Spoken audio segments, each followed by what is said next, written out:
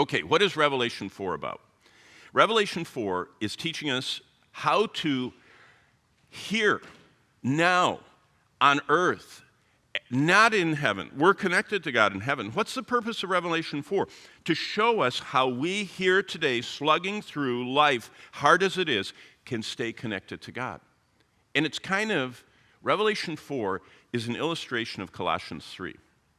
Colossians 3 verse 1 says that we are to, 1 and 2, set your affections on things above, where Christ is seated at the right hand of the Father. And what we're supposed to do is focus our lives on things above. Why?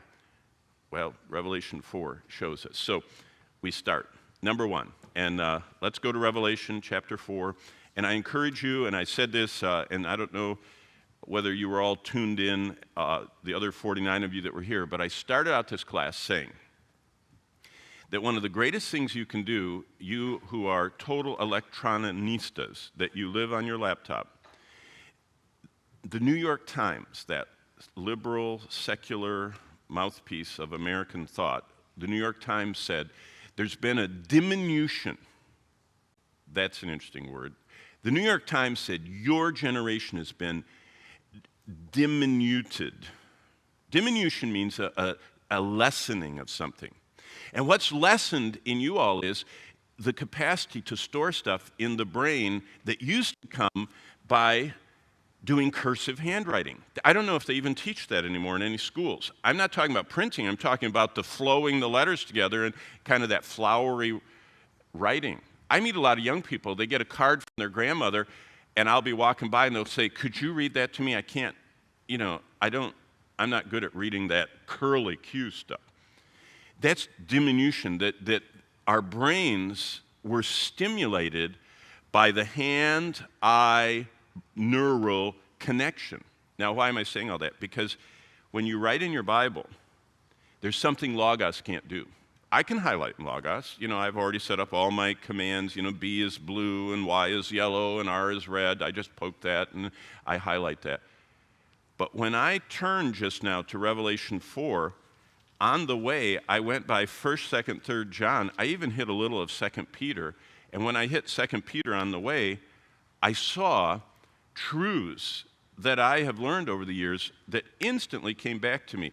That's the one thing Logos I don't think will ever be able to get, that you can't fan the pages of all your highlights and notes, and you can't replicate yet in the margin your handwriting, which will remind you even of what you were doing at that time. But when we get to chapter 4, look what it says in verse 1. After these things I looked, and behold, a door standing open in heaven. So John is actually, as we're going to see later on in chapter 6, John is looking up and seeing something happen, a door opening in heaven. And all of a sudden he's there. Heaven is a real place existing at this moment. And John realized that. Where was John when he saw heaven? He was on Patmos. John saw heaven, he was still a prisoner. John saw heaven, he was still, as far as he knew, headed to execution.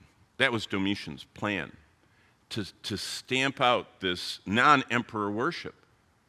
And Domitian died, and the following emperor, Nerva, let John loose from his imprisonment.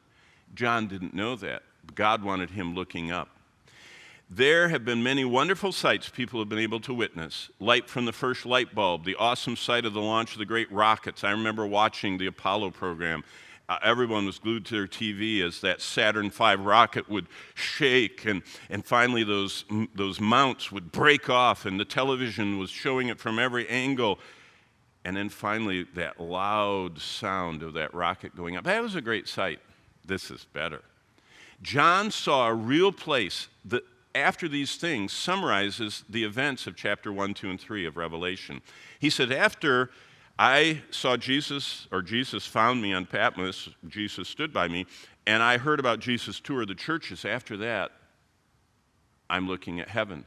It's this progression. A new scene unfolds before John's eyes, and that scene was just as real as chapter 2 and 3. I think heaven isn't that real to us. I mean, it's almost ethereal. But what John saw was the throne of God towered over everything happening on Patmos. Now, towering, look at this. It towers. 1, 2, 3, 4, 5, 6, 7, 8, 9, 10, 11, 12, 13 times the throne of God is just in chapter 4. 46 times in Revelation. Once in chapter 1, twice, and twice again in 2 and 3, and then 5 times in 5, 1, and then 7, and then 1, and then not, and then all the way. But look at this. See, I think that's a chart from Logos. All of a sudden you realize this is a throne chapter. This is big. God is really showing something that in dangerous times, you're a prisoner on an island, Domitian is killing everybody that won't worship him, you're on death row probably, John thought. What do you need to see? The throne of God.